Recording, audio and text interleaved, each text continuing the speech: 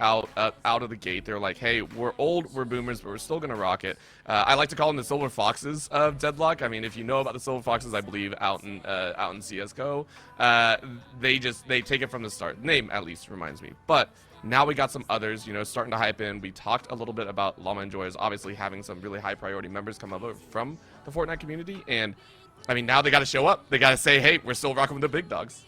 Yeah, we'll see if they can. And we are ready for that draft here. Hydra Nation, TF2 Boomers. We got a Viscous ban, a Yamato ban, and a Paradox first pick.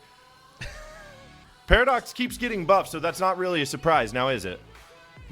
Well, I mean, Paradox has pretty much always been a character that a lot of players gravitate towards. High damage output, as well as just a really fun kit. So at the end of the day, early in Deadlock, it's about having fun, but Paradox is a fun character that also matches the meta a lot of the times, especially being able to reposition the enemy team and just completely take advantage of just poor positioning. So hopefully Hydra Nation locking in that Paradox is going to prove what they can do on it, as I've seen Hydra Nation play and they're just so strong. TF2 Boomers, though, back onto the previous conversation, locking in the Kelvin. I really do enjoy this team. They've been pretty much the debut. I mean, way back in the first ever Deadlock tournament, TF2 Boomers competed in. So I watched them run this Kelvin. It's going to be really fun to see how this player is going to be, ganking a lot. That's what Kelvin's main role is just constantly roaming around the map and seeing what he can add to her lane. I mean, you talk about the Kelvin as well. I mean, there's a reason the Viscous also got banned. I just want to point that out because Viscous got some silly changes that made me very happy and very silly overall. But just the ability to kind of disrupt an entire team and also be scaling up, not exactly as large as we all thought, but I like the fact that we are seeing a little bit of attention towards the utility factor. Yeah, and I haven't gotten to see how big that Viscous ball can get quite yet, but yeah, I'm not surprised to see it banned out instantly with how weird of a buff he got. But there you have another big, powerful, regenerative character for the TF2 Boomers, another big rotator, Abrams. Do we know who's are these signature characters for some of these players yet on this team? I believe that when they do lock in the Abrams and the Kelvin, they have specific players in mind. But I know a little bit about Hydra Nation's current setup because TF2 Boomers, unfortunately, I haven't had the honor of casting them very much because they have been knocked down earlier into tournaments later and later as the Deadlock scene has gone on. But looking at Hydra Nation, when I see, the Paradox, when I see the Viscous getting banned, Hydra last event was actually running that Viscous. So seeing the player with the namesake of the team having their pretty much main in that moment banned, it's very interesting to see what their plan is right now they're going for a whole lot of DPS with the Infernus, with the Paradox, with the Mirage. So honestly, I couldn't tell you who's going to be on what because a lot of these roles kind of overlap in this early stage of the game. And it also flexes a lot. If we're talking about a lot of these heroes, I mean, you see, the Spirit build come out of some of the Kelvins out there. You go ahead, bring that beam to the damage source, and all of a sudden, you're not just a CC monster. You are the DPS output when you get into the mix. So I like the fact that you pointed it out. This can be mixed up. Hydra Nation, though, I do like what they're doing. They're throwing down the gauntlet. I've seen this before. When you see a heavy set amount of CC come out, you just draft a crap ton of damage, and you're like, well, you can't lock down all of us. You can't lock down everyone. And if you try, you're still screwed. Someone's going to break out. Again, we're just going for that DPS output. TF2 Boomers, though, again, the Warden to me is a great strong arm into if you get taken low, if anyone does get drawn into that CC, you are in trouble. And there's a latch that we have actually seen somewhat appropriately. We've seen it come right back up. I'm surprised it actually dropped down to pick 4 for TF2 Boomers. It's still a very powerful pick. Yeah, I mean, when I'm looking at this right now, I'm thinking David versus Goliath. You have a lot of squishy, high damage characters with a whole lot of tanks. I mean, you got Warden, Abrams, Kelvin, and then a Lash on top of it. TF2 Boomers are going to be a pain in the butt to kill, but Hydra Nation kind of locking in a team composition that is all about doing damage. And now here comes the survivability, bringing out that Ivy to keep their team topped off with HP. This is actually a decent counterplay by Hydra Nation, and TF2 Boomers, I need to see where their damage is going to come from because Lash does a lot, Abrams can do a lot, but it takes a while for them to really get to that point. So the early game, Hydra Nation might be taking it. Yeah, also, I'd like to point out Hydra Nation has an awfully slippery team here, save for Paradox. All four of those other picks just zip right out of any catch as soon as they're caught off. Like, They are very difficult players to catch. But here we go, more catch. It looks like TF2 Boomers might have enough. This is shaping up to be interesting game one here.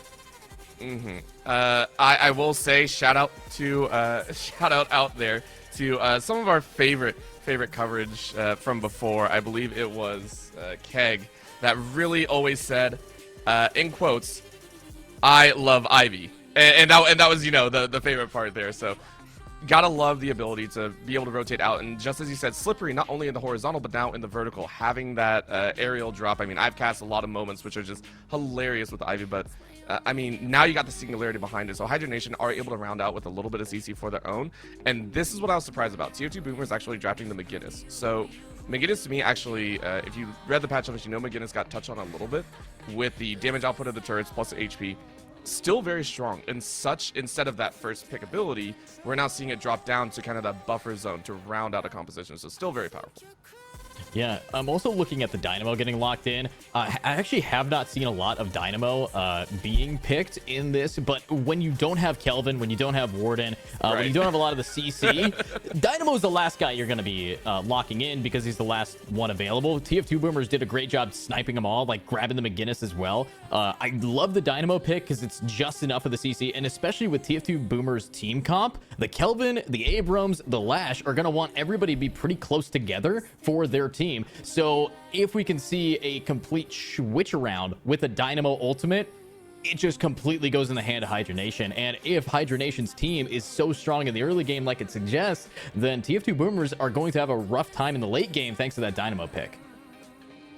Yeah, I'm enjoying this. I think the TF2 Boomers have a bit more of a well-rounded pick. I'm always a big fan of Team Blue when you get Lash, Warden, and Abrams together. I think that rotating trio, especially when you put Kelvin as movement that's constantly healing everybody as well, it's going to be tough to contend with. I think there's going to have to be a lot of farm from Hydra Nation, but we've seen Hydra Nation be such a strong individually performing team that it's anybody's game to me right now. I just think TF2 Boomers might have the better draft, but we've seen how many times in Deadlock where the better draft doesn't mean anything if the other team is just outperforming them, right? I will say one thing. I come from League of Legends. I will always say CC wins games. That's in League of Legends. This is Deadlock, a different ball game for people to work with. And for me, I sit there and go, I've seen teams, if you're drafting 3 DPS out the gate, you are extremely confident in your individual skill to take over a game. That is what always speaks to me. And if you're ranked first, if you got some of the players that Hydra Nation does, I fully expect them to back it up.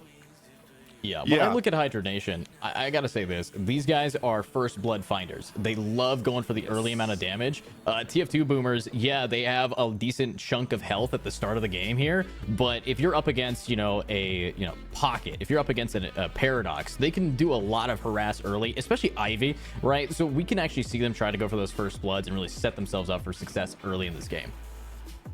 Yeah, I think it's going to be an interesting game here. I had some kind of thought here cropping up in my head, but then as soon as my mouth opened, it escaped away. So I had one of the most interesting questions anybody could ever ask anybody of all time, but then I think the stream cut out. So Hydra Nation drafting into this one, the Paradox, the Infernus, the Mirage. These are all 3 heavy damage dealers, like you said. And I remember now the switch to the we've been watching this game be like the early deaths just flat out don't matter, right? But with this recent update, there's a bigger soul increase earlier on from these deaths. Do you think that's going to play into a factor for Hydra Nation to be really snowball out of control? Like, could this even be potentially a 10-minute game?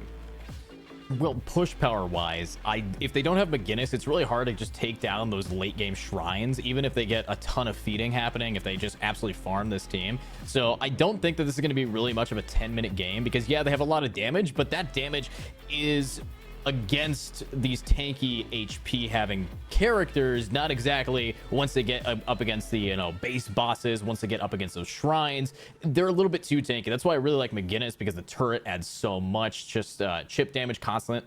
But overall, I think it's not going to be a 10-minute game. I would hope not a 10-minute game unless TF2 Boomers has very little space control. But as Orbital said it, CC wins games, so they have enough CC to really help the defense of them. So even if they don't have the lead, they can try to scare these players off pretty effectively. Ooh. Okay.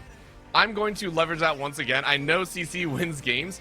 You got to be proactive with it, though. There is a caveat. At the end of the day, if CC is used in a defensive manner, it helps.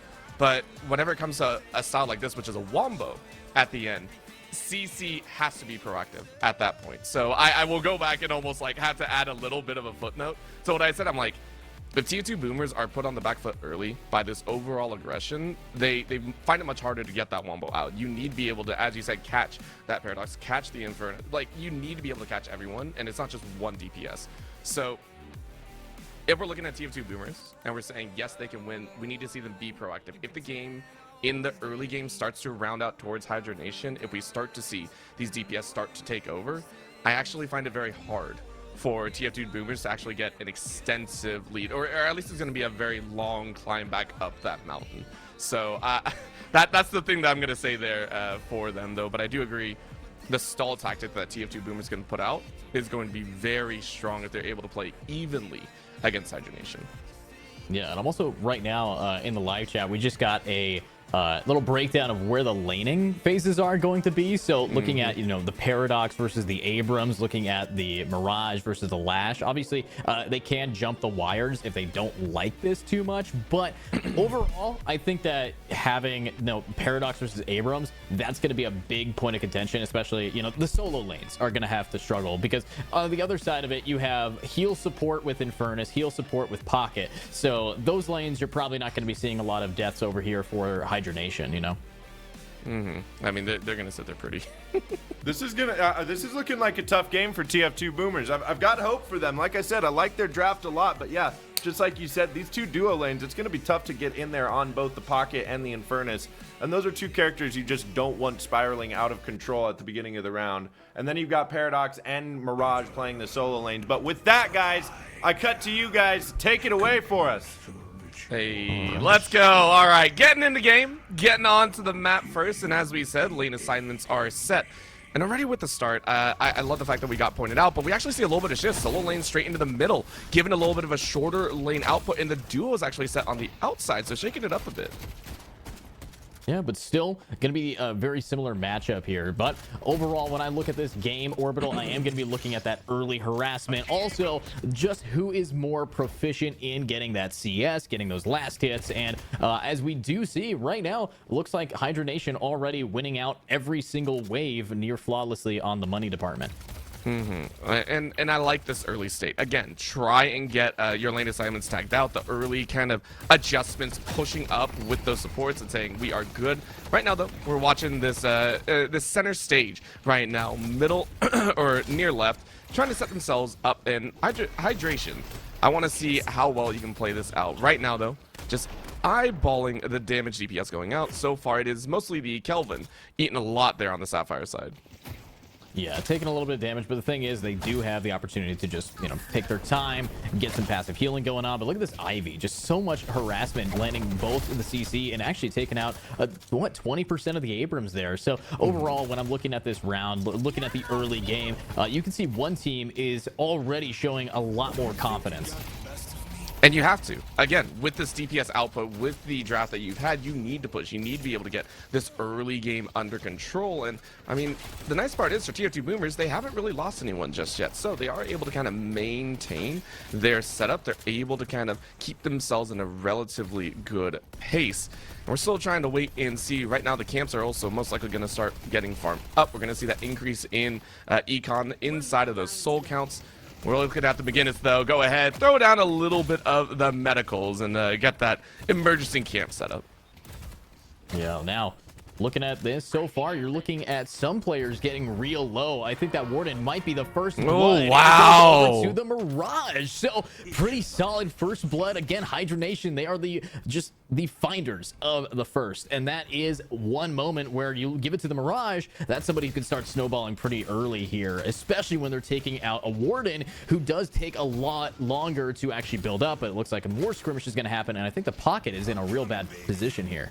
You hear a little bit of a jump out, teammate trying to help, but of course that's going to be just a run about, and that's one of the dangers. You can't push too far, so I appreciate the back away. Lash saying not gonna deal with that, gonna play safe. Another kill goes out though as Flick able to flick on River's head. So we're seeing these losses start to build up here. So far, Sapphire eating a lot of damage in that soul department. Yeah, lots of damage so far, and you know, right now I'm not seeing much of a difference here, you know, but again, it's the Mirage farming off to this ward, and I see not much of a difference, and boom, there's another kill. So we talk about, you know, feed versus famine right now, and so far TF2 Boomers is looking starved with another kill. Oh, Get the Ivy in there, the Poison Ivy coming out here, Hydration throwing down, and all of a sudden we got a 3k soul lead. That looks a lot more solidified. I was about to say, some of these early kills, I know they adjusted the gold, or adjusted the souls, but still, one kill doesn't always fluctuate. Once you start getting 2, once you start getting 3, once you start getting 4, it's going to get out of control. We're going to keep eyes on that outer ring, and you can already see a little bit of help. The Dynamo flexing over there for the 1v2. Make sure the Mirage gets all the help that they can. With 3.3 in bucket, you want even more. A little bit of tornado goes up, though, as the Warden getting caught out low. 54, trying to get away, and you're running. And right now, hiding behind that Guardian, uses the jump up, but sniped out of the air. Very nicely done. Quig sets themselves up for success. Flick happens to follow up with a kill of their own, and all of a sudden, these DPS are charging forward at you. yeah, they're doing so well right now. And you know, we talk about the value of these kills soul wise. Yeah, we are seeing, you know, if you get a kill, it's not worth as many souls, but what is worth is the fact that that's a player now back in spawn who isn't farming. That's where the real gap comes in, is the time it takes to go from spawn back to the lane. And that's why you're seeing already a, what is this, a 6k lead over to Hydra Nation.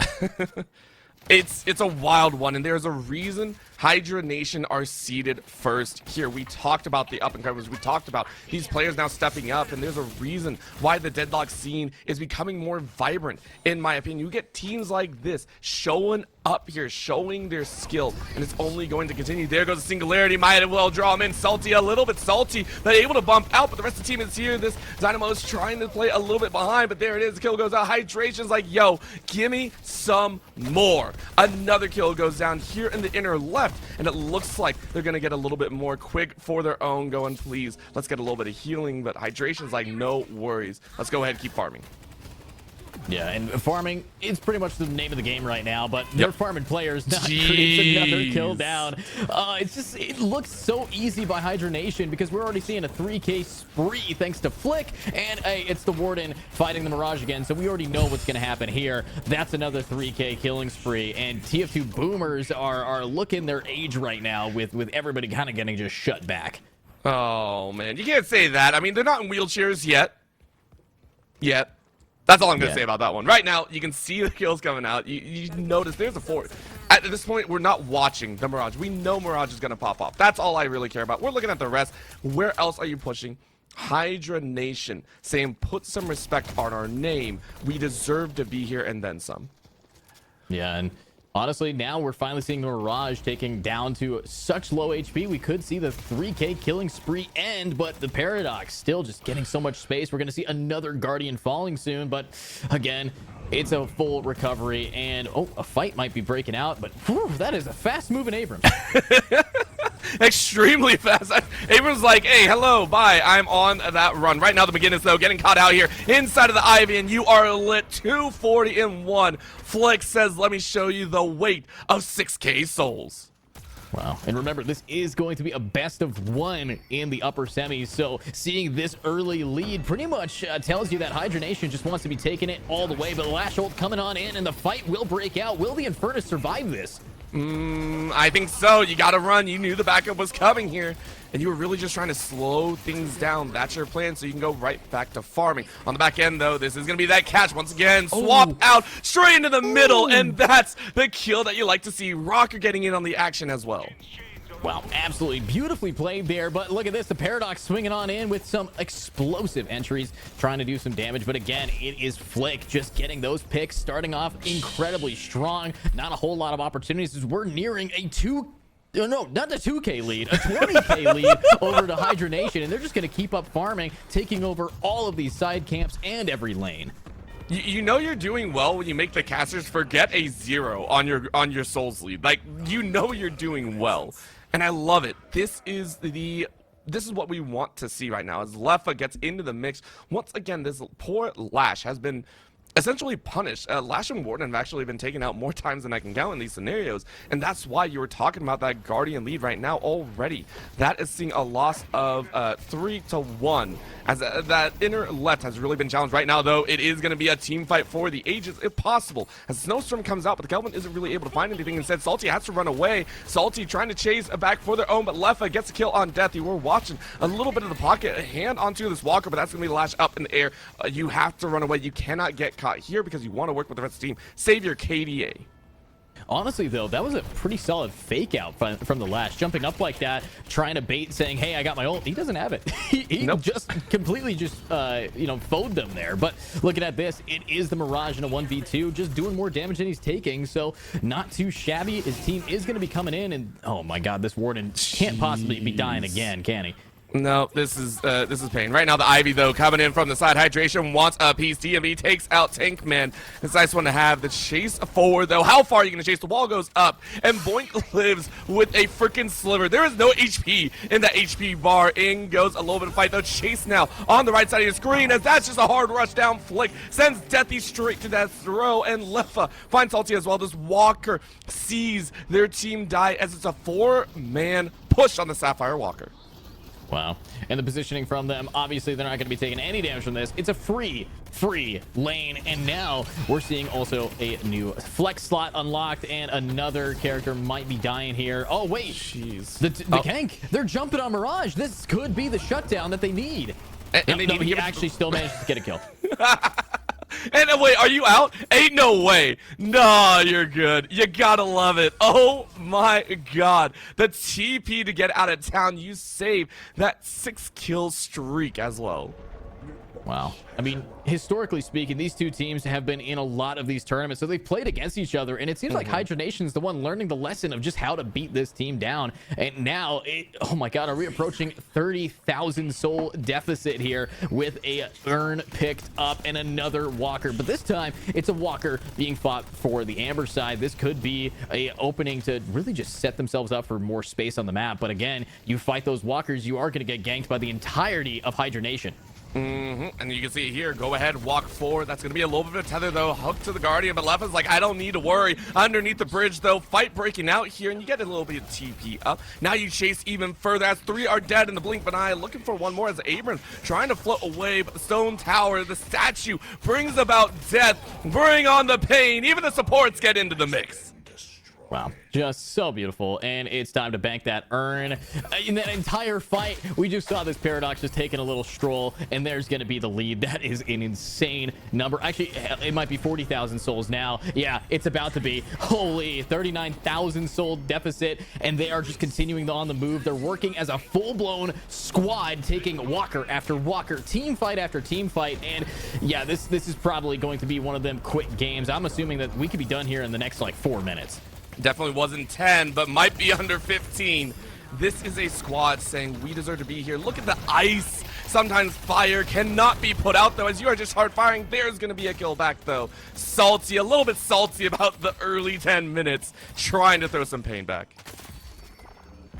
Let's see it. With the pain back now, that's one very valuable player who's been farming a lot. 15,000 souls will be taken out. And oh, the missed shot from the Paradox is why that player gets to leave. If only they hit that slow. But at the end of the day, they're still doing a great job in the just space that they have made. I mean, you look over at the center of your screen, there is nothing left for the Sapphire team to really defend anymore outside of their main base.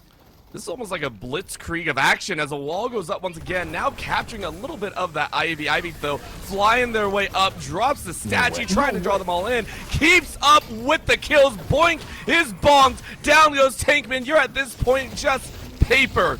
And it's death ballooning around this fight. Kelvin trying to get in, but you're losing HP way too fast for their liking. Out goes the punches. Last tries to get in the mix, but you're up on high. Easy pickings. This is going to be a fight back. No one on the side of Hydra Nation has gone down. It's 4 gone, almost 5. But Hydra Nation say we don't even need to worry about that. We're just looking on the high ground. This is the Paradox saying, how far are you gonna run to? Lash has to hook their way, trying to run underneath, but you are gunned down. And it's just in time for the rest to revive, but oh my god, already cresting just 1k off as they run for the mid-boss. Hydra Nation taking everything. Well, mid-boss now getting absolutely shredded here, and there's no chance at recovery to steal it. They don't have an Ivy to just slam down on it, so yeah, it's gonna be a near 50,000 soul lead.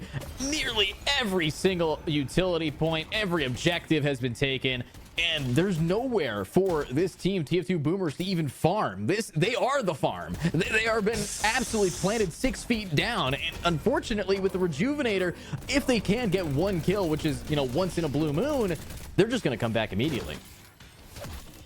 TF2 Boomers drowning in this game right now. Hydra Nation ready to put the final nails into this coffin. They are destructive, to say the least. Rocker straight into the base. Screw any other Guardian. Screw anyone else trying to hold off. We are going straight for you. Right into the back. Quig picks up 2, but it's the Paradox to set it forward. Down goes the Shrine, and it's quick work here on the day. Wow, oof. And now we have high ground Paradox just keeping them in spawn. I mean, this is definitely a GG go next moment, but it's the best of ones. There is no next. You go down to the lowers and try to figure out how to get back up and face Hydra Nation, as they are absolutely blitzing through this Patron, absolutely blitzing through most of these players. And of course, now as the Patron is transforming, will we see any answer to them? Look at the HP. No one's taking damage except for Sapphire. There's not a single tick of damage for these attackers.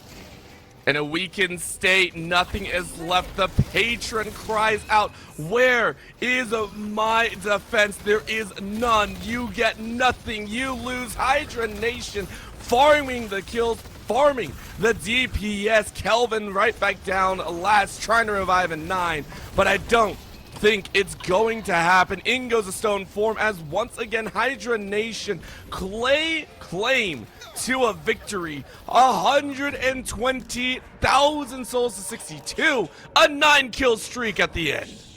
Wow.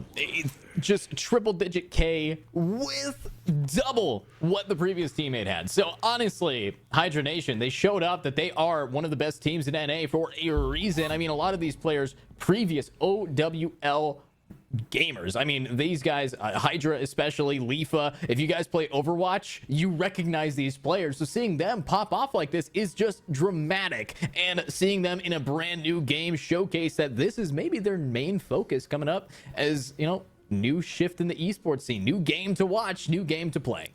And with that, we will hopefully be bringing back Big D, because Big D, I think, like, you know, Big D was talking, listen, this is going to be a pretty fun game and everything like that. I don't think we saw that coming, and even called out, hey, maybe this is a 10-minute game. It was not a 10-minute game, but it was under 15, and that's still pretty dang fast. I mean, Edu, that was wild. We got to see what the pinnacle looks like. Yeah, that was an insane game, and welcome back, Big D. Right here, fellas. It was a game, and it wasn't 10 minutes, but it was a quick one nonetheless. My goodness, that one, they put their foot on the pedal, and they did not let up once that whole time. And I know you mentioned you would be possibly trying to side view some action on the B stream while that game was going on, but there was so much going on. I was watching the Llama Lords versus Revival. Similar stuff going on over there. I don't know if that has ended quite yet, but my goodness, Hydra Nation, what a team. They are the dominant team right now in the Deadlock scene, especially in NA. Yeah, and honestly, I'm glad that they can really showcase themselves here in this tournament, as the last time. There was a $500 tournament happening last week, and it went It didn't go the best, to say the least, when it came down to Hydra Nation, and they did technically lose on an FF there. So right in the grand final. So seeing them just say, okay, we're going to be playing on NA servers. We're going to just be winning. We are the better team. We proved it. And now they have to continuously prove that and showcase that Hydra Nation is going to be a team that a lot of us here are going to be rooting for. But it doesn't mean that we're going to be seeing the last of TF2 Boomers, as this is a double elimination bracket. So TF2 Boomers now goes down. Another best of one for them to see if they can catch back up, if they can get back into this fight. And hopefully we are going to be seeing that. Yeah, I'm hoping so. We've got plenty of fun Deadlock here. We've got our lower brackets finals coming up. TF2 Boomers, they're not out of the tournament quite yet. They will be facing the winners of Llama Lords versus Revival, which is happening over on the B stream, on the Deadlock Air stream right now. But first, we're going to take a little break first and foremost, and then we'll come right back with that next matchup. So stay tuned, folks.